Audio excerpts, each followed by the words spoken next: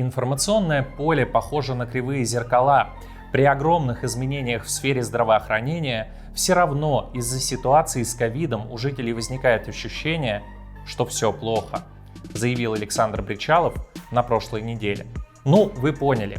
Когда вы не можете закрыть больничный или к вам несколько дней не приходит врач, это информационное поле виновато. А если у вас вдруг возникло ощущение, что в медицине все плохо, вы ошибаетесь и видите наши поликлиники не своими глазами, а через кривое зеркало. На сегодня все. Берегите себя, своих близких. До свидания. Бричалов не просто врет. На протяжении 5 лет он создает в информационном поле альтернативную Удмуртию, которая имеет очень мало общего с реальностью, в которой живет республика. В этом видео факты, разрушающие кривые зеркала главы Удмуртии, и одно важное действие, которое поможет нам положить конец лжи Александра Бричалова.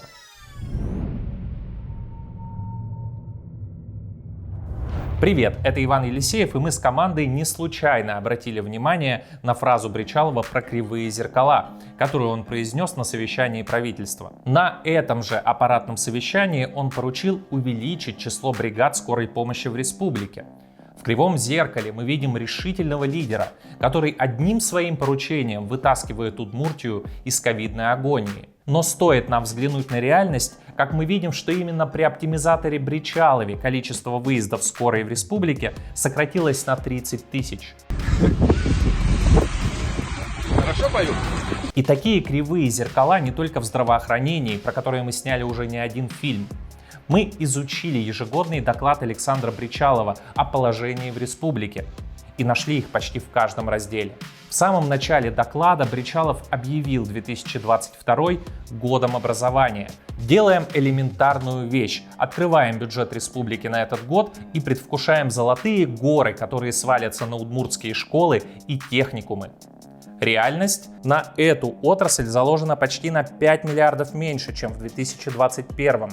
В год образования и следующие 2 года расходы на образование в республике ощутимо сокращены. Не случайно 2022 год образования, он не только и не столько про материально-техническую базу, он, наверное, про новый современный формат. Дальше Бричалов говорит о своем любимом спорте и вроде бы ура! Обещает, что в этом году наконец начнут реконструировать Ледовый дворец, а значит скоро мы сможем поболеть за Ижсталь в КХЛ. Но упрямая реальность напоминает, глава уже обещал нам это в 2019 году. И ничего. Затем в бричаловских кривых зеркалах появляются новые спортивные объекты. Удмуртия же, по его словам, территория спорта.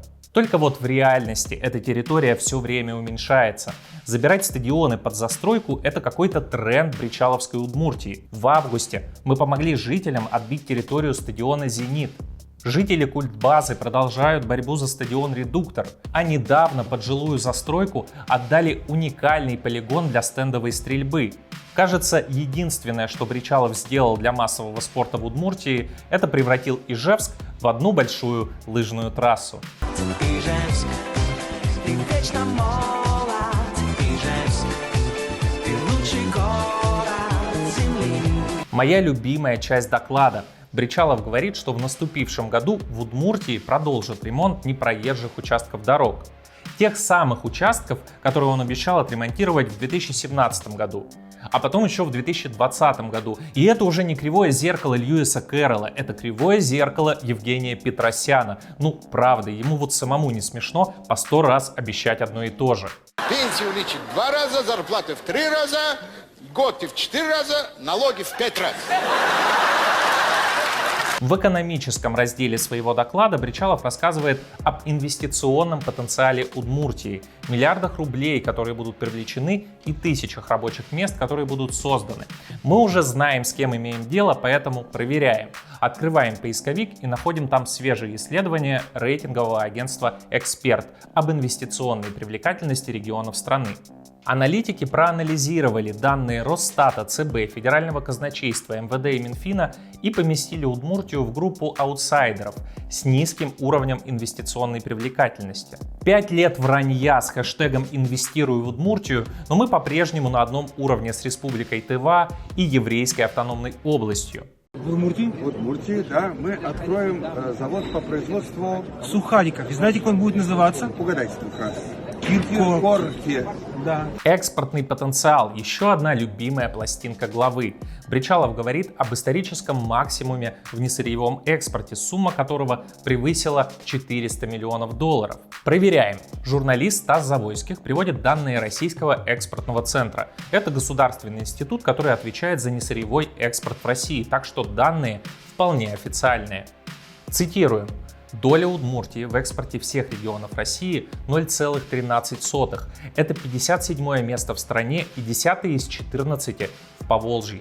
Причем самые низкие показатели экспорта приходятся именно на бричаловскую пятилетку. Исторический максимум, о котором пафосно говорит Бричалов, объясняется отгрузкой некого загадочного товара в Уганду на 2 миллиарда рублей. Без этой сделки результаты Удмуртии не превысили бы и 300 миллионов долларов. И это один из худших показателей за 10 лет. Даже при Волкове с Соловьевым мы экспортировали больше. Это, а еще экспорт бересты, веников и соснового корня, итог работы еще одного любимого детища главы – корпорации развития Удмуртской республики. И еще одно кривое зеркало, в которое Бричалов предлагает нам смотреть. Как в том анекдоте про лошадь, не шмогла, да, не шмогла. Красной линией через весь доклад главы проходит пиар партии «Единая Россия». Нельзя же просто ремонтировать школы и сельские дома культуры на наши налоги. Нужно обязательно обозвать это проектом партии жуликов и воров. Ну и, конечно, нацпроекты. По словам Бричалова, это сотни километров дорог, новые общественные пространства и социальные объекты. Правда, по данным прокуратуры, нацпроекты в Удмуртии — это 808 нарушений и 4 уголовных дела. Этими бесконечными кривыми зеркалами Александр Бричалов прикрывает тех, кому в Удмуртии действительно жить хорошо. Бесконечная оптимизация здравоохранения, сокращение расходов на образование, зато в новом бюджете на 37% выросла зарплата чиновников. Расходы на госаппарат вырастут на 250 миллионов рублей. Вице-премьеров с зарплатами в несколько миллионов в год станет на 3 больше. А еще мы с вами будем больше платить федеральным судьям, сенаторам Совета Федерации, ну и, конечно, нашим любимым депутатам-единороссам из Госдумы, любителю немецкой земли Исаеву и противнику льгот для ветеранов Великой Отечественной Гарину. Но об этом Александр Бричалов в своем докладе ничего не сказал. Потому что это уже не кривое зеркало, а прямое вранье.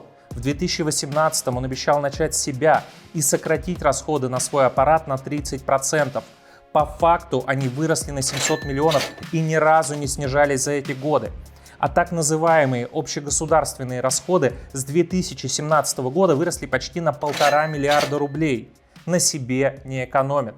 Это же вам не государственная медицина. Перед тем, как я скажу, что нам с этим делать, давайте ответим на вопрос.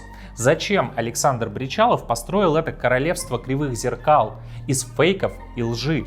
Ведь опровержение его слов находится в Яндексе за 2 секунды или просто в реальной жизни, в больницах, школах, на дорогах. Во-первых, потому что в нашей республике еще есть люди, к счастью, их становится все меньше, которые верят любым словам начальства. Начальник же врать не будет. Такие люди не пойдут проверять информацию в интернет. У вас наверняка есть такие знакомые. Обязательно отправьте им ссылку на это видео, чтобы они своими глазами увидели, как их обманывают. Во-вторых, Александр Бричалов делает это, чтобы выслужиться перед своим московским начальством. Его кураторы из администрации президента живут в Москве. Они не знают, сколько едет скорая в Воткинске и не ездят по разбитым дорогам Кесского района. Поэтому Александр Бричалов и создает эту альтернативную реальность кривых зеркал. Рецепт прост. Пару обещаний, и не важно, что они не сбудутся. Несколько цифр, и не важно, что до Бричалова они были больше. Пафосный хэштег, чтобы по-молодежному было. И несколько хвалебных комментариев от ботов. Начальство в Москве смотрит и не нарадуется, какой же популярный и энергичный глава в этой далекой Удмуртии.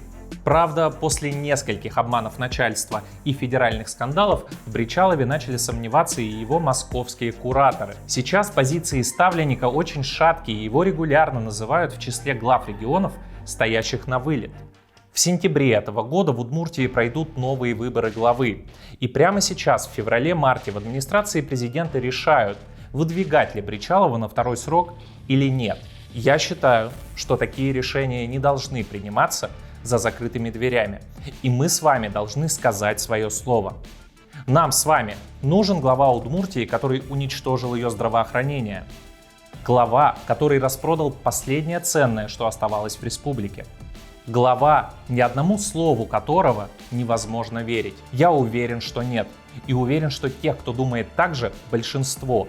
Удмуртия против выдвижения Бричалова на второй срок. Поэтому мы создали петицию, и я прошу вас ее поддержать. В нашей стране, где фактически запрещена любая протестная активность, такая петиция — единственный способ показать, что мы не собираемся терпеть вранье Александра Бричалова еще 5 лет. 5 лет назад нас никто ни о чем не спросил. Бричалова десантировали в Удмуртию, назначили исполняющим обязанности и нарисовали 78% на выборах главы. Тогда ему, возможно, кто-то еще верил. Энергичный спортсмен с командой молодых управленцев сумел околдовать многих. Но сейчас уже очевидно, за громкими лозунгами Бричалова не оказалось ничего реально полезного, а нужны они были лишь для того, чтобы прикрывать раздачу республиканской собственности по нужным карманам. А еще, знаете, наткнулся на такую новость. В феврале 2017 года в Ижевск приехала замминистра здравоохранения России Татьяна Яковлева и назвала Удмуртию одним из лучших регионов страны по развитию здравоохранения, особенно отметив низкий уровень смертности и хорошую обеспеченность кадрами. В апреле того же года новоназначенный Бричалов объявляет о перезагрузке республиканского здравоохранения. Ее итоги мы видим. Удмуртская медицина, которую ставили в пример другим, теперь источник постоянных скандалов и дойная корова для нечистых на руку чиновников. Вы хотите еще одну перезагрузку по-бричаловски? Боюсь, что Удмуртия ее не выдержит, поэтому призываю вас подписать петицию против выдвижения Александра Бричалова на второй срок.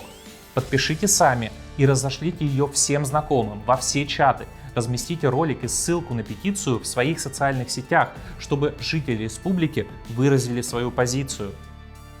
Отдельно обращаюсь к бюджетникам. Друзья, вы от этой власти страдаете больше всех. Словам Бричалова давно никто не верит, его антирейтинг бьет все рекорды. Поэтому его фейковую победу на выборах будете ковать вы, когда вас силком погонят на участки в сентябре. Поставьте подпись сейчас, вам за это ничего не сделают. И избавьте прежде всего самих себя от этой неприятной участи. Удмуртия должна сказать свое слово. Подпишите петицию, подтвердите почту и разошлите ссылку всем друзьям.